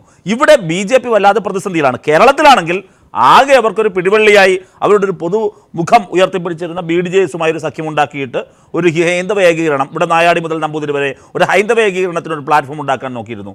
അതിൽ തന്നെ ഈ ചാപിള്ളയായി പിറവിയെടുക്കുന്ന ഒരു കാഴ്ചയാണ് ഇപ്പോൾ കണ്ടുകൊണ്ടിരിക്കുന്നത്. അതിന്റെ വിശദാംശങ്ങളിലേക്ക് വരാം. ശ്രീ ഡോക്ടർ ശൂരനാട് രാജശേഖരൻ, ഈ പല കാര്യത്തിനും മറുപടി പറയേണ്ടതായിട്ടുണ്ട്, കോൺഗ്രസിനോട് ചോദിക്കേണ്ടതുണ്ട്. പക്ഷേ ഈ തുടക്കത്തിൽ ഇന്നിപ്പോൾ നരേന്ദ്രമോദി കോഴിക്കോട്ട് നടത്തിയ പ്രസംഗവും കോഴിക്കോട്ടെ BJPയുടെ ഈ സമ്മേളനവും ഒക്കെ കോൺഗ്രസ്സിന് ആണ് ഏറ്റവും കൂടുതൽ ഞെട്ടലുണ്ടാക്കുന്നത് എന്നാണ് ഒരു നിരീക്ഷണമുള്ളത്. ഒരുപക്ഷെ നിങ്ങൾക്ക് കേന്ദ്രത്തിൽ ഭരണമില്ല, കേരളത്തിൽ വലിയ പരിതാപകരമായ അവസ്ഥയിലുമാണ്. ഇന്ന് നിങ്ങളുടെ ഒരു മീറ്റിംഗ് ഇവിടെ KPCC ഓഫീസിൽ നടക്കുന്നുണ്ട് ഇപ്പോഴും. എന്താണ് നിങ്ങൾ വിലയിരുത്തുന്നത്? ഡോക്ടർ ലാലെ, ഈ ഇന്ത്യൻ പ്രധാനമന്ത്രിയുടെ കോഴിക്കോട്ടെ പ്രസംഗവും അദ്ദേഹം പ്രധാനമന്ത്രി കസേരയിലേക്ക് വരുന്നതിന് 8 മാസം മുമ്പ് ഹരിയാനയിൽ നടത്തിയ ഒരു പ്രസംഗവും തമ്മിൽ നമ്മളൊന്ന് കൂട്ടി വായിക്കണം. 8 മാസം മുമ്പെന്ന് വെച്ചാൽ 2013 സെപ്റ്റംബർ മാസം ഹരിയാനയിൽ മുൻ സൈനിക മേധാവികളുടെ റിട്ടയർ ചെയ്തവരുടെ ഒരു യോഗത്തിൽ അദ്ദേഹം പ്രസംഗിച്ചു. ആ പ്രസംഗത്തിൽ ഒറ്റ കാര്യമേ അദ്ദേഹം പറഞ്ഞുള്ളൂ, ഈ പ്രശ്നം കാശ്മീരിലല്ല, അതിർത്തിയിലല്ല, പ്രശ്നം ഡൽഹിയിലാണ്. ഡൽഹിയിൽ നിന്ന് ഇസ്ലാമാബാദിലേക്ക് നിരന്തരമായി പ്രേമലേഖനങ്ങൾ എഴുതിക്കൊണ്ടിരിക്കുകയാണ്. പരിഭവം പറച്ചിലും പ്രേമലേഖനം മാത്രമാണ് മൻമോഹൻ സിംഗിൻ്റെ ഒരു ജനാധിപത്യ ബോധമുള്ള കരുത്തുള്ള ഒരു സർക്കാർ ഇന്ത്യയിൽ അധികാരത്തിൽ വന്നാൽ പാകിസ്ഥാനെ നിലയ്ക്ക് നിർത്താൻ 24 മണിക്കൂർ മതി എന്നാണ് അദ്ദേഹം പറഞ്ഞത്. ഇന്ത്യയുടെ ചരിത്രത്തിൽ ആദ്യമായിട്ടാണ് കാശ്മീരിൽ വ്യോമസേന ആസ്ഥാനമായ ഉറിയിലേക്ക് കടന്നു കയറി വെടിവെക്കുന്നത് പാകിസ്ഥാൻ ആയുധങ്ങളുമായിട്ട്. വ്യോമസേന ആസ്ഥാനമല്ല, കരസേന ആസ്ഥാനമായ ഉറിയിലേക്ക് കടന്നു കയറി 17 പേർ വീരമൃത്യു പ്രാപിച്ചു. വീരമൃത്യു പ്രാപിച്ചു എന്നുള്ളത് ഇൻവെർട്ടർ കോമയിൽ ഇടണം. ഇന്ത്യയുടെ ചരിത്രത്തിൽ ആദ്യത്തെ സംഭവമാണ്. അദ്ദേഹം കോഴിക്കോട് പ്രസംഗിച്ചു എന്നാണ് രാധാകൃഷ്ണ മേനോൻ അഭിമാനം കൊള്ളുന്നത്. ഇപ്പോഴും അദ്ദേഹം പ്രേമലേഖനം എഴുതുകയാണ്. അദ്ദേഹത്തിൻ്റെ വാക്കാണ് ഇത്, പ്രേമലേഖനം എഴുതുക എന്ന് വെച്ചാൽ. അദ്ദേഹം അവിടുന്ന് തിരിക്കുന്നതിന് മുമ്പ് 3 മേധാവികളെ വിളിച്ചാലോചിച്ചല്ലോ. ആ 3 മേധാവികളും പറഞ്ഞ കാര്യങ്ങൾ ഞാൻ കേൾക്കുന്നത് ശക്തമായ തിരിച്ചടി ഇതിന് കൊടുക്കാൻ കഴിയണം എന്നാണ് പറഞ്ഞത്. എവിടെ ഒബാമ വരിക്കുന്ന ചരടുകൾക്കകത്ത് നിൽക്കുന്ന ഒരു ഇന്ത്യൻ പ്രധാനമന്ത്രിക്ക് ചേരിചേരാ രാഷ്ട്രങ്ങളുടെ 17ാമത്തെ സമ്മേളനത്തിൽ ആദ്യമായിട്ടാണ് ഒരു ഇന്ത്യൻ പ്രധാനമന്ത്രി പങ്കെടുക്കാതിരിക്കുന്നത്. ഈ പഴയ കാലത്തും, അതായത് നരേന്ദ്രമോദിക്ക് മുമ്പുണ്ടായിരുന്ന അവസ്ഥയിൽ നിന്ന് മാറ്റങ്ങളൊന്നുമില്ല, ഇപ്പോഴും ഒബാമയുടെ ചരടിൽ തന്നെയാണ് ഡൽഹി എന്നാണ് പറയുന്നത്. ഇപ്പോഴുമല്ല, അന്ന് ചേരിചേരാ രാഷ്ട്രത്തിൻ്റെ ശക്തി ഇന്ത്യൻ നേതൃത്വമായിരുന്നു. പണ്ഡിറ്റ് ജവഹർലാൽ നെഹ്റു, അത് കഴിഞ്ഞ് ഇന്ദിരാഗാന്ധി, രാജീവ് ഗാന്ധി നമ്മുടെ പ്രധാനമന്ത്രിമാരായിരുന്നു, രാഷ്ട്രത്തലവൻ. ഇപ്പോൾ വെനിസ്വേലയിൽ കഴിഞ്ഞ ദിവസമാണ് സമാപിച്ചത്. 120 രാഷ്ട്രത്തലവന്മാർ പങ്കെടുത്തു. എന്തേ പ്രധാനമന്ത്രിക്ക് പങ്കെടുക്കാതിരുന്നത്? ആദ്യമായിട്ടാണ് ഇന്ത്യയുടെ ചരിത്രത്തിൽ ഒരു ഇന്ത്യൻ പ്രധാനമന്ത്രി രാഷ്ട്രത്തലവനോ പങ്കെടുക്കാതിരിക്കുന്നത്. ചരൺ സിംഗ് 79 പങ്കെടുത്തില്ല, അത് അദ്ദേഹം കാവൽ മന്ത്രിയായിരുന്നു. ഇന്ത്യക്ക് ഇത്രയും കൂടുതൽ ആക്ഷേപമുണ്ടോ? അപ്പോൾ ഒബാമ നിൽക്കുന്ന ചരടിൽ എന്നാൽ ആ ഒബാമയുണ്ടോ അദ്ദേഹത്തിൻ്റെ കൂടെ? ഇപ്പോൾ വരുന്നൊരു സ്ഥിതി എന്താണെന്നറിയാമോ? ചൈനയെ നമ്മൾ ആവശ്യമില്ലാതെ പ്രൊവോക്കേഷന് വേണ്ടി ഒബാമ നമ്മളെ ഏൽപ്പിച്ചിരിക്കുന്നു. ചൈനയുമായിട്ട് കയറി അടിക്കാനാണ് നമ്മളോട് പറയുന്നത്. നമുക്ക് ചൈനയുമില്ല, ഒബാമയുമില്ല, ഒരു ശക്തിയുമില്ല. എന്തൊന്നും അറിയാൻ കഴിയാതെ നിൽക്കുന്ന പരിഭവം പറയുന്ന ഒരു പ്രധാനമന്ത്രിയുടെ ഏറ്റവും വലിയ അപമാനകരമായ സ്ഥിതി. ആ ഭാഗം ക്ലിയർ ആണ്. രണ്ടാമത്തെ കാര്യം, ഈ BDJSന്റെ ഈ പ്രശ്നമാണല്ലോ. ഞാൻ അങ്ങയോട് ഈ ചോദ്യം ചോദിക്കുന്നതിന് വളരെ പ്രസക്തിയുണ്ട്. അങ്ങേക്ക് തന്നെ അറിയാം, അങ്ങ് മത്സരിച്ച ചാത്തന്നൂർ മണ്ഡലത്തിൽ കോൺഗ്രസിന് ഏറ്റ തിരിച്ചടി BDJS രണ്ടാമത് വന്ന ഒരു മണ്ഡലമാണത്. ആ BDJS ഇന്ന് ഈ രീതിയിലുള്ള നിലപാടെടുക്കുന്നത് BJP ഈ രീതിയിൽ ഇപ്പോൾ അതിനെ കാണുന്നതും കേരളത്തിൽ മുന്നോട്ട് ഒരുങ്ങുന്നു എന്നുള്ള വലിയ പ്രഖ്യാപനങ്ങൾ അവരുടെ ഭാഗത്തു നിന്ന് വരുമ്പോഴും നിങ്ങൾ എന്ത് പരുക്ക് നീക്കൽ മാർഗങ്ങളാണ് ഇതിനകം ചെയ്തിട്ടുള്ളത്? ഞാൻ ഈ വെള്ളാപ്പള്ളി നടേശൻ എനിക്ക് ഏറ്റവും ഇഷ്ടപ്പെട്ട ഒരു നേതാവാണ്. അദ്ദേഹം ഏറ്റവും വലിയൊരു സമുദായത്തിൻ്റെ നേതാവായി അതിനെ കൊണ്ടുവന്നു. ഞാൻ മറ്റു പലർക്കും അഭിപ്രായ വ്യത്യാസങ്ങളുണ്ട്, എനിക്ക് അദ്ദേഹത്തോട് ഇഷ്ടം. പക്ഷേ അദ്ദേഹത്തിൻ്റെ നേരത്തെ ശ്രീ റഹീം പറഞ്ഞ പോലെ അദ്ദേഹത്തിൻ്റെ കഥനങ്ങൾ പറയുന്നത് മെനഞ്ഞാന്ന് ഞാൻ TV ഇന്നലെ കേട്ടപ്പോൾ വാസ്തവത്തിൽ അദ്ദേഹം പറഞ്ഞ കറക്റ്റല്ല. ഇത്രയും കൃത്യമായി പറയുന്ന ഒരാളെ ഞാൻ കണ്ടിട്ടില്ല. BDJS ഒരു പുലിയായിരുന്നു, പിന്നെ അത് കടലാസ് പുലിയാന്ന് പറഞ്ഞു. ഇപ്പോൾ ഞങ്ങളൊക്കെ കഴുതകളാണെന്ന് പറയുന്നു. എത്ര അർത്ഥവത്തായ വാക്കുകൾ! അതിൻ്റെ അന്ന് വൈകിട്ട് തന്നെ അദ്ദേഹം നമ്മുടെ കേരള മുഖ്യമന്ത്രി പിണറായി വിജയനുമായിട്ട് സംസാരിച്ചു. അപ്പോൾ ഇതൊക്കെ ചില കാര്യങ്ങൾ കൂട്ടി വായിക്കണം. അതിന് തെരഞ്ഞെടുപ്പ് നടക്കുന്നതിന് 3 മാസത്തിന് മുമ്പ് അദ്ദേഹം നമ്മുടെ കോട്ടയത്തെ പ്രസംഗത്തിൽ പറഞ്ഞു, കേരളം കണ്ടുള്ള ഏറ്റവും നല്ല മുഖ്യമന്ത്രി ഉമ്മൻചാണ്ടിയാണെന്ന് പറഞ്ഞു. രാഷ്ട്രീയത്തെ കരുക്കൾ നീക്കാൻ കഴിവുള്ള നേതാവാണ് അദ്ദേഹം. പക്ഷേ ഞാനൊന്ന് പറയാം, ഇതൊക്കെ നമ്മൾ പ്രതീക്ഷിച്ച ചാത്തന്നൂരിൻ്റെ സ്ഥിതി ഡോക്ടർ ലാലു പറഞ്ഞല്ലോ. ചാത്തന്നൂരിൽ വെള്ളാപ്പള്ളി നടേശൻ കാണിച്ച ഏറ്റവും നല്ല ബുദ്ധിയാണ്. ചാത്തന്നൂരിലെ സ്ഥാനാർത്ഥി BDJS ആയിട്ടല്ല മത്സരിച്ച്, കൈപ്പത്തിയിലാണ്, താമരയിലാണ് മത്സരിച്ച്. 15 വർഷമായിട്ട് SNDP യോഗം പ്രസിഡൻ്റായിരിക്കുന്ന ആൾ താമരയിൽ മത്സരിച്ചപ്പോൾ ഉണ്ടായ ഒരു ഗുണമുണ്ടായി. പരമ്പരാഗത നായന്മാർ വോട്ട് ചെയ്തു, പരമ്പരാഗത ഈഴവർ വോട്ട് ചെയ്തു. രണ്ട് വോട്ടുകൾ വിഷമമുണ്ടായില്ല. അല്ല, ഞാൻ പറഞ്ഞില്ല, അതിൻ്റെ വേറെ മറ്റു പല കാര്യങ്ങളും നമ്മൾ ആലോചിക്കേണ്ട സ്ഥിതി വന്നു. അപ്പോൾ ഏറ്റവും വലിയ തന്ത്രശാലിയായി ചാത്തന്നൂരിൽ സ്ഥാനാർത്ഥി കേരളത്തിൽ ഒരിടത്ത് മാത്രമേ അങ്ങനെ മത്സരിച്ചുള്ളൂ. താമരയിൽ BDJSകാരൻ മത്സരിച്ചു, 2 വോട്ട് വാങ്ങിച്ചു. അതിന് വേറെ ചില സാമ്പത്തിക ഗുണങ്ങളുണ്ടായി. അതിന് മുന്നോട്ട് ഈ പറയുന്ന പോക്കിൽ ഇതുപോലെ തുടരില്ല എന്നും കോൺഗ്രസ് ഇങ്ങനെ തന്നെ മുന്നോട്ട് പോയാലും നിങ്ങൾക്ക് വളരാൻ പറ്റും, BJP ഒന്നും വളരാൻ പോകുന്നില്ല എന്നും കരുതിയിരിക്കുകയാണോ നിങ്ങൾ? ആ ഭീകരമായ പരാജയം ഉണ്ടായതിൻ്റെ അടുത്ത ദിവസം ഞാൻ പറഞ്ഞല്ലോ 6 മാസത്തിൽ കൂടുതൽ ഈ ബന്ധം നിൽക്കത്തില്ല എന്ന് ഞാനന്ന് പറഞ്ഞു. 6 മാസം കഴിയുമ്പോൾ തന്നെ എന്താണ് BJP എന്നും എന്താണ് BJPക്ക് BDJസിനോട് ചെയ്യാൻ കഴിയുന്നതെന്നും കേരളം അറിയാൻ പോകുന്നുവെന്നാണ് ഇപ്പം ഇനിയിപ്പോൾ 2-3 ബോർഡ് കോർപ്പറേഷനൊക്കെ എങ്ങനെയായിരുന്നു വെള്ളാപ്പള്ളി നടേശനും അദ്ദേഹത്തിൻ്റെ സഹധർമ്മിണിയും നല്ല കുടുംബമാണ്, ഞാൻ അവരുമായിട്ട് ബന്ധമാണ്. അവരെ മോഡിയെ കണ്ടിട്ട് വരുന്ന ഒരു രംഗം എന്തായിരുന്നു? കേരളത്തിലെ വാർത്താ ചാനലുകൾ എന്ന് അന്ന് പറഞ്ഞതൊന്ന് ഓർക്കണം, ലാലാവൊന്ന് ഇടണമെന്നാണ് എനിക്ക് തോന്നുന്നത്. കേരളത്തിൻ്റെ 3ാം മുഖ്യമന്ത്രി സ്ഥാനാർത്ഥി വരുന്നു എന്നാണ് ഞാൻ കണ്ടത്. എനിക്കും വാസ്തവത്തിൽ തോന്നി വളരെ സന്തോഷം. അദ്ദേഹമാണ് പറയുന്നത് ഞങ്ങളെ കഴുതകളാക്കിയെന്ന്. അദ്ദേഹം ആണ് ഞങ്ങളെ കഴുതകളാക്കിയെന്ന് പറയുന്നു. പിന്നെ അദ്ദേഹത്തിൻ്റെ മകൻ കേന്ദ്രമന്ത്രിയാകുമെന്ന് പറഞ്ഞു, പിന്നെ രാജ്യസഭാ മെമ്പറാകുമെന്ന് പറഞ്ഞു. അത് കഴിഞ്ഞ് എത്രയോ പേരെ എത്രയോ സ്ഥാനങ്ങളിൽ വരുമെന്ന് പറഞ്ഞു. ഞാൻ ചോദിക്കട്ടെ, BDJസിൻ്റെ പരിഭവം രാധാകൃഷ്ണ മേനോട് ഞാൻ ഒരു കാര്യം ചോദിച്ചോട്ടെ, നിങ്ങളുടെ ശബ്ദമല്ലേ വാസ്തവത്തിൽ വെള്ളാപ്പള്ളി നടേശൻ പറഞ്ഞത്? പാവപ്പെട്ട കേരളത്തിലെ BJP നേതൃത്വത്തിൽ എന്ത് തന്നു ഈ 2 വർഷക്കാലം കൊണ്ട്? ശരി, ശ്രീ രാധാകൃഷ്ണൻ, അതൊരു ചോദ്യം തന്നെയാണ്. അതായത് കേരളത്തിലെ BJPക്കകത്ത് ഗ്രൂപ്പിസം ഉണ്ടെന്നും ഇന്നലെ വെള്ളാപ്പള്ളി നടേശൻ പറഞ്ഞിരുന്നു. ഈ ഗ്രൂപ്പിസത്തിൻ്റെ ഭാഗമായി കേന്ദ്ര BJPയെ എതിർക്കുന്ന ഇവിടെയുള്ള വിഭാഗം, ശ്രീ രാധാകൃഷ്ണ മേനോൻ അതിലേതിൽ പെടുമെന്ന് എനിക്ക് അത്ര ഉറപ്പില്ല. നിങ്ങളിലെ ഒരു വിഭാഗത്തിനും കൂടി വെള്ളാപ്പള്ളി പറഞ്ഞത് അനുഗ്രഹമായിട്ടുണ്ടാകണം, അല്ലെങ്കിൽ നിങ്ങൾക്കും സന്തോഷമുണ്ടാകുന്നതാണെന്ന് വെള്ളാപ്പള്ളിയും പറയുന്നു, ഇപ്പം മറ്റുള്ളവരും പറഞ്ഞു തുടങ്ങിയിരിക്കുന്നു. എങ്ങനെ പ്രതികരിക്കുന്നു?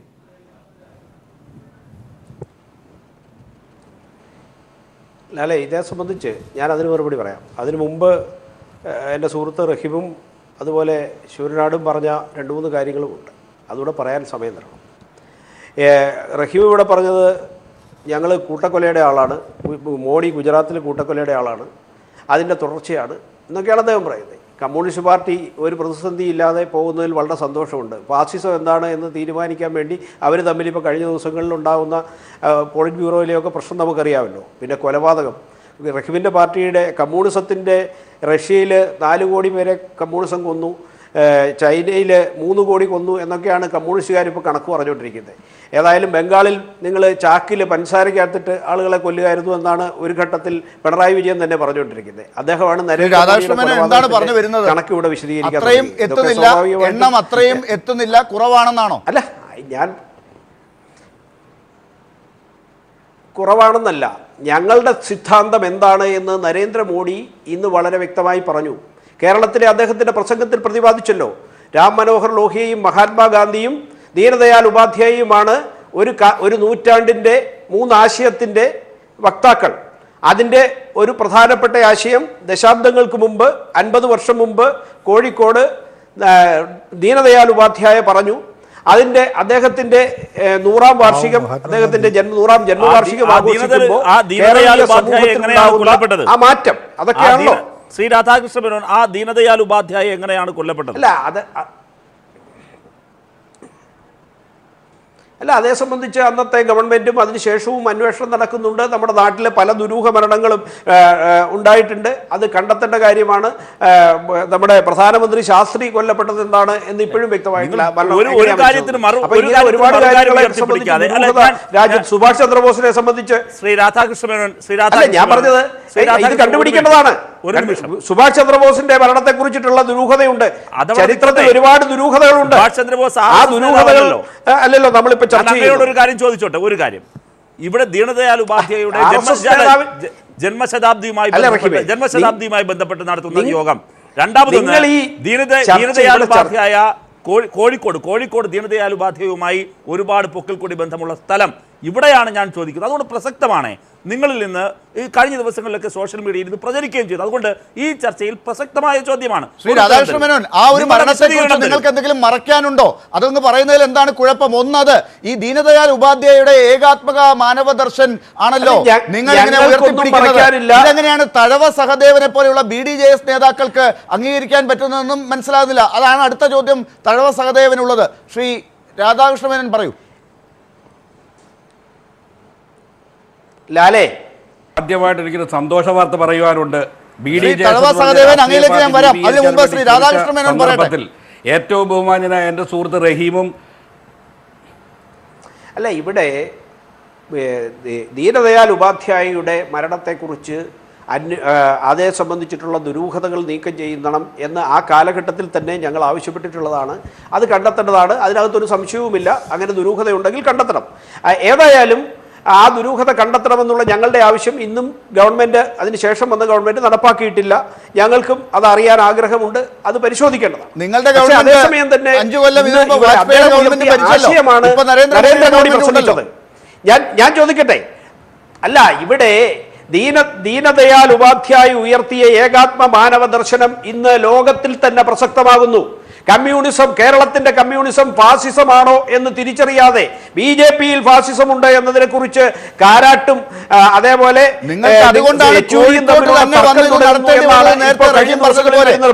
ഗുജറാത്തിൽ പോയി നടത്താൻ പറ്റില്ല, ഹരിയാനയിൽ പോയി നടത്താൻ പറ്റില്ല, മറ്റുള്ള സ്ഥലങ്ങളിൽ ദളിത് മൂവ്മെന്റുകൾ ഉള്ളിടത്തൊക്കെ ഈ പ്രശ്നമുണ്ട്. ഏകാത്മക മാനവ ദർശൻ ഉള്ള ഈ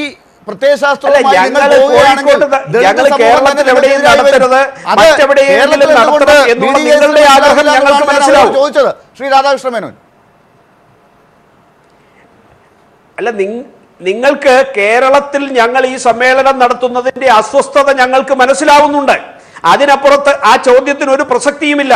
കേരളത്തെ സംബന്ധിച്ച് കേരളം ഞങ്ങൾക്ക് ഏറ്റവും പിന്നിൽ നിൽക്കുന്ന പ്രദേശങ്ങളിൽ ഒന്നാണ് എന്ന് അംഗീകരിച്ചുകൊണ്ട് തന്നെ ദുർബലമായ പ്രദേശങ്ങളിൽ സംഘടന ശക്തിപ്പെടുത്തുവാനുള്ള പാർട്ടിയുടെ തീരുമാനത്തിന്റെ പരിണിതഫലമാണ് ഈ സമ്മേളനം. അതല്ലാതെ ഗുജറാത്തിൽ ഞങ്ങൾക്ക് സമ്മേളനം നടത്താൻ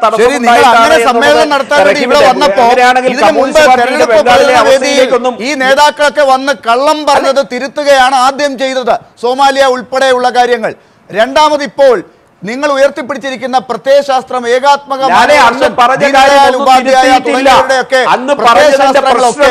ഈ BDJS-നെയും CK ജാനുവിനെ പോലുള്ളവരെയും കൂടെ നിർത്തി നിങ്ങൾക്ക് കൊണ്ടുപോകാൻ എങ്ങനെ സാധിക്കും?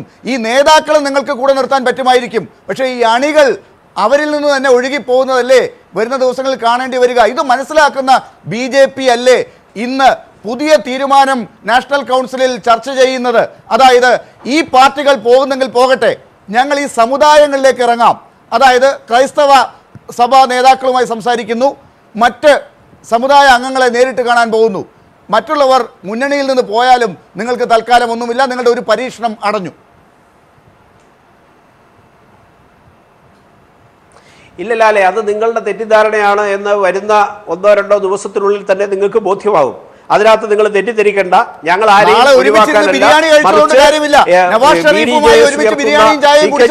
ഇപ്പൊ എന്താ സംഭവിക്കുന്നത്? ഒരുമിച്ച് ഭക്ഷണം കഴിച്ചതുകൊണ്ട് കേരളം CK ജാനുവിന്റെ പാർട്ടി അടക്കം ഇവിടെ ഉയർത്തുന്ന രാഷ്ട്രീയം, ലാലെ, BDJS-ഉം CK ജാനുവിന്റെ പാർട്ടിയും ഒക്കെ ഉയർത്തുന്ന രാഷ്ട്രീയത്തെ കമ്മ്യൂണിസ്റ്റ് പാർട്ടിക്കും റഹീമിനുമൊക്കെ അതിലുള്ള അസ്വസ്ഥത ഞങ്ങൾക്ക് നന്നായിട്ട് മനസ്സിലാവും. അവര് ഈ തരത്തിലുള്ള ഒരു സംവിധാനം ഉണ്ടാവരുത് എന്ന് ആഗ്രഹിക്കുന്നതും ഞങ്ങൾക്ക് മനസ്സിലാവും, കേരളീയ സമൂഹത്തിനും മനസ്സിലാവും. പക്ഷേ ഏകാത്മ മാനവ ദർശനം ഞങ്ങൾ ഉയർത്തുന്ന ആശയം, ആ ആശയം ദീനദയാൽജിയുടെ 100ാം ജന്മശതാബ്ദിയോടനുബന്ധിച്ച് ഈ സമൂഹത്തിലേക്ക് ആഴ്ന്നിറങ്ങുമ്പോൾ ഇവിടെ കമ്മ്യൂണിസത്തിന്റെ നാശം തിരിച്ചറിയുന്ന സമൂഹം എന്ന് ഇപ്പോൾ പറയേണ്ടത്, ഈ സ്ഥാനമാനങ്ങൾ ഞങ്ങൾ രഹസ്യമായി ധാരണയിൽ എത്തിയിട്ടുണ്ട്, അതുകൊണ്ട് ഞങ്ങൾ BJP-യുമായിട്ട് തെറ്റിദ്ധാരണ ഇല്ല എന്നല്ല നിങ്ങൾ പറയേണ്ടി വരുന്നത്. ഇനി കേരള സമൂഹത്തോട്, നിങ്ങളുടെ അണികളോട് നിങ്ങളുടെ രാഷ്ട്രീയമാണ് പറയേണ്ടത്. ഇന്ത്യ മുഴുവൻ ദളിതരും മറ്റ് സമുദായങ്ങളുമൊക്കെ ഈ ഏകാത്മക മാനവ ദർശനത്തിനെതിരായി പോരാടി വരുമ്പോൾ നിങ്ങളെപ്പോലുള്ളവർ അവരുടെ കൂടെ നിൽക്കാതെ ഈ സ്ഥാനമാനങ്ങൾക്ക് പിന്നാലെ ഒരു പ്രശ്നവുമില്ലെന്ന് പറഞ്ഞ് ഇപ്പോഴും പോകുന്നത് എങ്ങനെയാണ് വിശദീകരിക്കുക?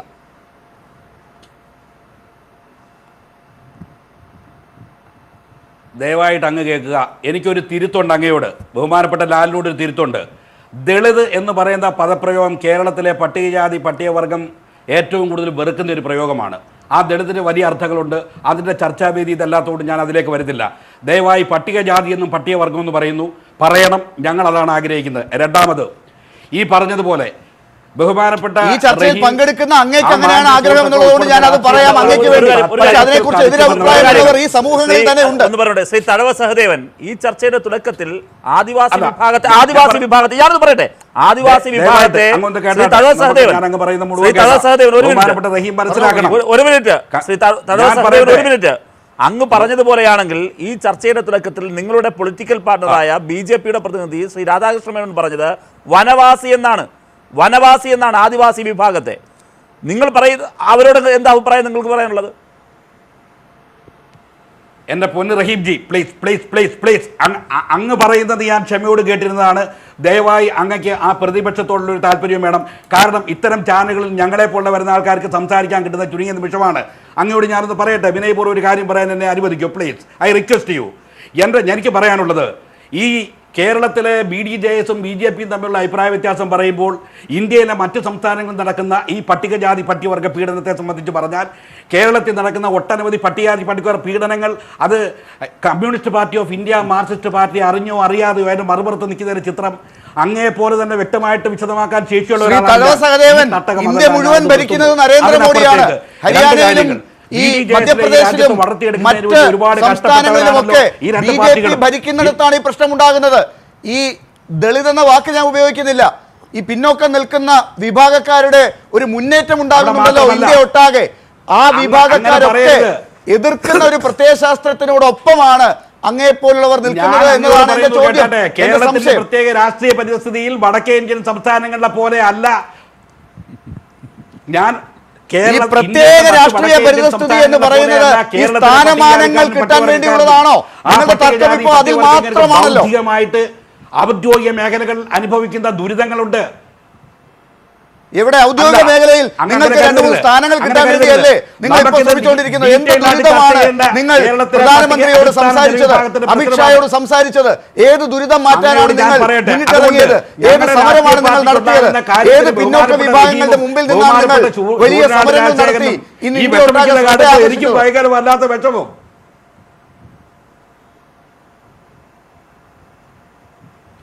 തീർച്ചയായിട്ടും ഇന്ത്യ ഒട്ടാകെ ഈ വിഭാഗത്തിനെതിരെ നടക്കുന്ന പോരാട്ടങ്ങളുടെ മുമ്പിൽ ഞങ്ങളുണ്ട്. ഞങ്ങൾ അതേ മുദ്രാവാക്യമാണ്. ഞാൻ എന്നെ പറയാം, ഭൂരാഹിത്യ പ്രശ്നമുണ്ട്, ഭവനരാഹിത്യ പ്രശ്നമുണ്ട്. കേരളത്തിലെ ഈ പട്ടികജാതി പട്ടികവർഗ ജനവിഭാഗം ഏറ്റവും കൂടുതൽ ഇടതുപക്ഷ പ്രസ്ഥാനത്തോട് ചേർന്ന് നിന്നപ്പോൾ അവർ ആവശ്യപ്പെട്ട ഒരു വിഷയമുണ്ട്. രംഗനാഥ മിശ്ര കമ്മീഷൻ റിപ്പോർട്ട് ഈ പാർട്ടികൾ ചർച്ച ചെയ്യണമെന്ന്. ആ വിഷയം ആ പാർട്ടികൾ ഏറ്റെടുത്തില്ല. രണ്ടാമത്, അതേ സമയത്ത് ഇന്ത്യയിലൊട്ടായുള്ള നിങ്ങളൊരു പുതിയ രാഷ്ട്രീയ കക്ഷിയായി വന്നുകൊണ്ട് ജനങ്ങളെ ഒന്നും സ്വാധീനിക്കാൻ പറ്റുന്ന അവരുടെ അടിസ്ഥാന പ്രശ്നങ്ങൾ ഒന്നും പറയാതെ ഈ പിന്നോക്കം നിൽക്കുന്ന ആളുകളുടെ പേരിൽ വരുന്ന ചില പ്രശ്നങ്ങളിലും സാങ്കേതിക പ്രശ്നങ്ങളിലും ഇത്തരം ടെലിവിഷൻ ചാനലിൽ വന്നിരുന്ന് ഇങ്ങനെ വീമ്പിളക്കുന്നത് കാണുമ്പോൾ ചിരി വരുന്നുണ്ട്. ഞാൻ തിരിച്ചു വരാം, ഒരു ചെറിയ ഇടവേള ആവശ്യമുണ്ട്. ഇടവേളയ്ക്ക് ശേഷം ഡോക്ടർ ശൂരനാട് രാജശേഖരൻ, ഇപ്പോൾ BJP-യുടെ പ്രതീക്ഷ നിങ്ങളിൽ തന്നെയാണ്. കാരണം അരുണാചൽ പ്രദേശിലൊക്കെ അവർ അത് പരീക്ഷിച്ച് ഇപ്പോൾ വിജയിച്ചിട്ടുണ്ട്. നിങ്ങളുടെ ഇടയിൽ തന്നെ കുറേ പേർ ഇനി അങ്ങോട്ടേക്കൊക്കെ പോകാൻ നിൽക്കുന്നു എന്നുള്ളവരെ കാത്താണ് ഈ BJP ഇപ്പോൾ ഇരിക്കുന്നത്. അവർക്ക് എന്തെങ്കിലും സ്ഥാനമാനങ്ങളൊക്കെ കൊടുക്കണമല്ലോ. അതുകൊണ്ട് തന്നെ കേരളത്തിലെ ഈ കേന്ദ്രവിരുദ്ധ BJP-ക്കാർക്കും BDJS-കാർക്കും കൊടുക്കുന്നതിന് മുൻപേ തന്നെ അമിത്ഷായുടെ പുതിയ തന്ത്രം, നിങ്ങളെപ്പോലുള്ളവരിൽ നിന്ന് തെറ്റിപ്പിരിഞ്ഞ് പോകുന്നവരാരെങ്കിലും ഉണ്ടെങ്കിൽ അവർക്ക് സ്ഥാനങ്ങൾ കൊടുക്കുക, നിങ്ങളെ ശിഥിലമാക്കുക. നിങ്ങൾ അതിനാണോ ഇനിയിപ്പോൾ തയ്യാറെടുക്കുന്നത്? ഡോക്ടർ ലാലെ, ഈ കോൺഗ്രസ് പാർട്ടി ഇത് എത്ര കണ്ടതാണ്? ബ്രിട്ടീഷുകാരോടൊപ്പം സ്വാതന്ത്ര്യം നേടിയതൊന്നും ഞാനിപ്പോൾ പറയുന്നില്ല. എത്ര വൃദ്ധിക്ഷയങ്ങൾ കോൺഗ്രസിൻ്റെ മുമ്പിൽ കൂടെ പോയിട്ടുള്ളൂ. ഞാൻ ആ കാലഘട്ടത്തെ പറ്റി ഒന്നും പറയുന്നില്ല. ഇത് എത്ര കാലം ഉണ്ടാകുമെന്ന് ന്യൂ ജനറേഷനാണ് ഡോക്ടർ ശൂരനാട് രാജശേഖരൻ പാർട്ടിയിൽ പോലും. ഇനി ആ പഴയ തഴമ്പ് പറഞ്ഞിട്ട് കാര്യമില്ല. ആ ന്യൂ ജനറേഷൻ്റെ 2 ഓഫർ ഉണ്ടായിരുന്നു മോഡിക്ക്. ആ 2 ഓഫർ എവിടെ നിൽക്കുന്നു? 2 വർഷം കഴിഞ്ഞപ്പോഴും കോൺഗ്രസ് പാർട്ടി മനഃപൂർവ്വം മടക്കി വച്ചിരുന്ന കള്ളപ്പണത്തിൻ്റെ വക്താക്കളെ ഞാൻ കൊണ്ടുവരാം. 15 ലക്ഷം രൂപ വീതം ഓരോരുത്തരുടെ അക്കൗണ്ടിലേക്ക് ഞാൻ തരാം. ന്യൂ ജനറേഷൻ കാത്തിരുന്ന ഏറ്റവും വലിയ ചിന്ത അതാണ്. അതിനുശേഷം ഈ BJP സർക്കാരിൻ്റെ ഭാഗത്തുനിന്ന് ന്യൂ ജനറേഷൻ കിട്ടിയ ഏറ്റവും വലിയ ഭാഗം മൻമോഹൻ സിംഗും കോൺഗ്രസ് ഗവൺമെൻറ്റും ചെയ്തത്രയും പുതിയ തലമുറയ്ക്ക് കൊടുത്ത തൊഴിലവസരങ്ങളിൽ എവിടെ കിട്ടി? വേണ്ട, കേരളമാണല്ലോ ന്യൂ ജനറേഷൻ കുറേ കിട്ടിയത്. പഞ്ചായത്ത് തെരഞ്ഞെടുപ്പിലും ഇതും കിട്ടിയത്. കേരളത്തിൽ ഈ 2 വർഷക്കാലത്തിന് മുമ്പ് BJP-ക്കാർക്ക് എന്ത് കിട്ടിയെന്ന് ഞാൻ ചോദിച്ചപ്പോൾ ലാല് പെട്ടെന്ന് നിർത്തി കഴിഞ്ഞു. ഒരാൾക്ക് പോലും ഒന്നും കൊടുത്തില്ല. സുരേഷ് ഗോപിക്ക് MP സ്ഥാനം കിട്ടിയതിന് ശേഷമാണ് സുരേഷ് ഗോപി BJP ആയത്. 2 ഈ രാധാകൃഷ്ണൻ അടക്കമല്ല, കൃഷ്ണദാസ് അടക്കമുള്ള ഏറ്റവും നല്ല പ്രഗത്ഭന്മാരായ BJP നേതാക്കന്മാർ 2 വർഷമായിട്ട് കാതോർത്തിരിക്കുമല്ലേ. എത്രയോ പൊതുമേഖലാ സ്ഥാപനങ്ങൾ ഡയറക്ടർ ബോർഡ് മെമ്പർ സ്ഥാനം ഒഴിഞ്ഞു കിടക്കുന്നു 2 വർഷക്കാലമായിട്ട്.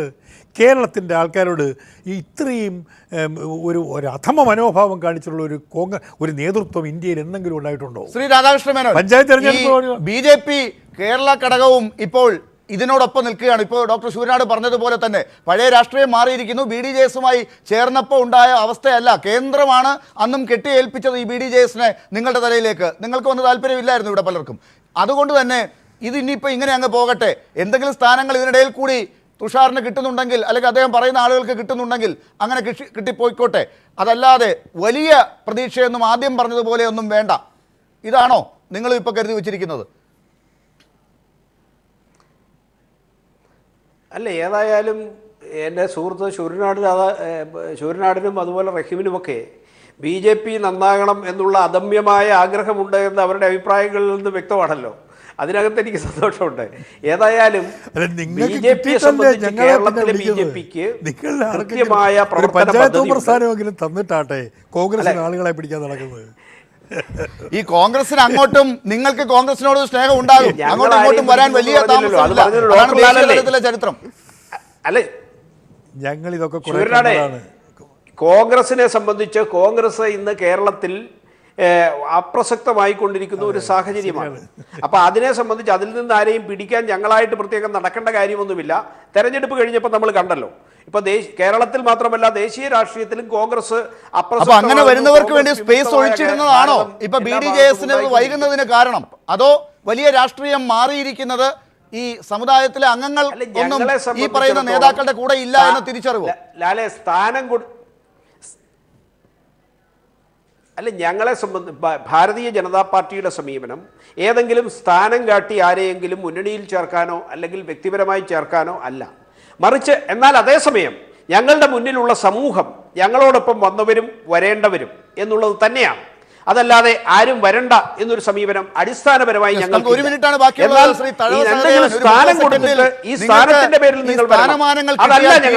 കേരളത്തിലെ മാറിയ രാഷ്ട്രീയവും ഇന്ത്യയിലെ മാറിയ രാഷ്ട്രീയവും BJP-യുടെ പുതിയ പ്രത്യയശാസ്ത്രവും നിങ്ങളെ അലട്ടുന്നതേ ഇല്ലേ?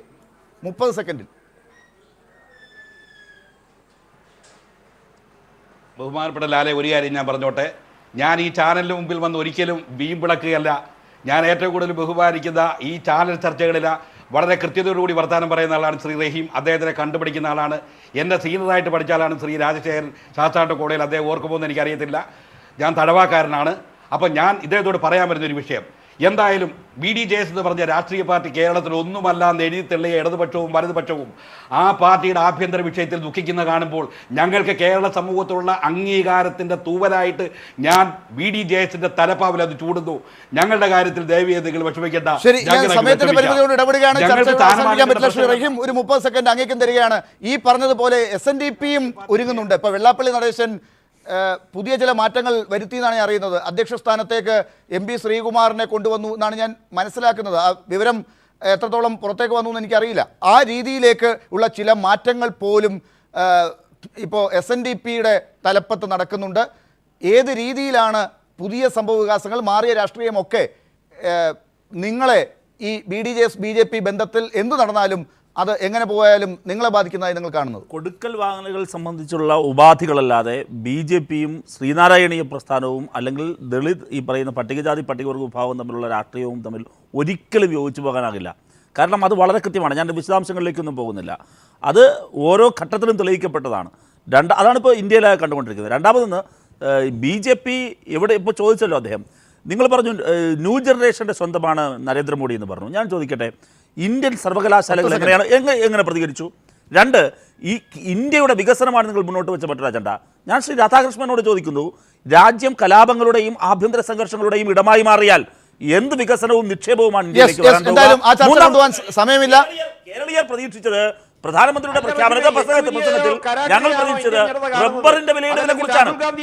നിങ്ങൾ അല്ല, കേരളത്തിലെ ലക്ഷോപലക്ഷം മനുഷ്യനെ നേരിട്ട് ബാധിക്കുന്ന റബ്ബറുമായി ബന്ധപ്പെട്ട് അതിന്റെ ഇറക്കുമതിയുമായി ബന്ധപ്പെട്ട് എന്തായാലും ഈ കാര്യങ്ങളൊക്കെ കേരളത്തിന്റെ പൊതുസമൂഹത്തിൽ ചർച്ച തുടരും. വളരെ നന്ദി ചർച്ചയിൽ പങ്കെടുത്തതിന് ശ്രീ ശൂരനാട് രാജശേഖരൻ, ശ്രീ A. റഹീം, രാധാകൃഷ്ണ മേനോൻ, തഴവ സഹദേവൻ.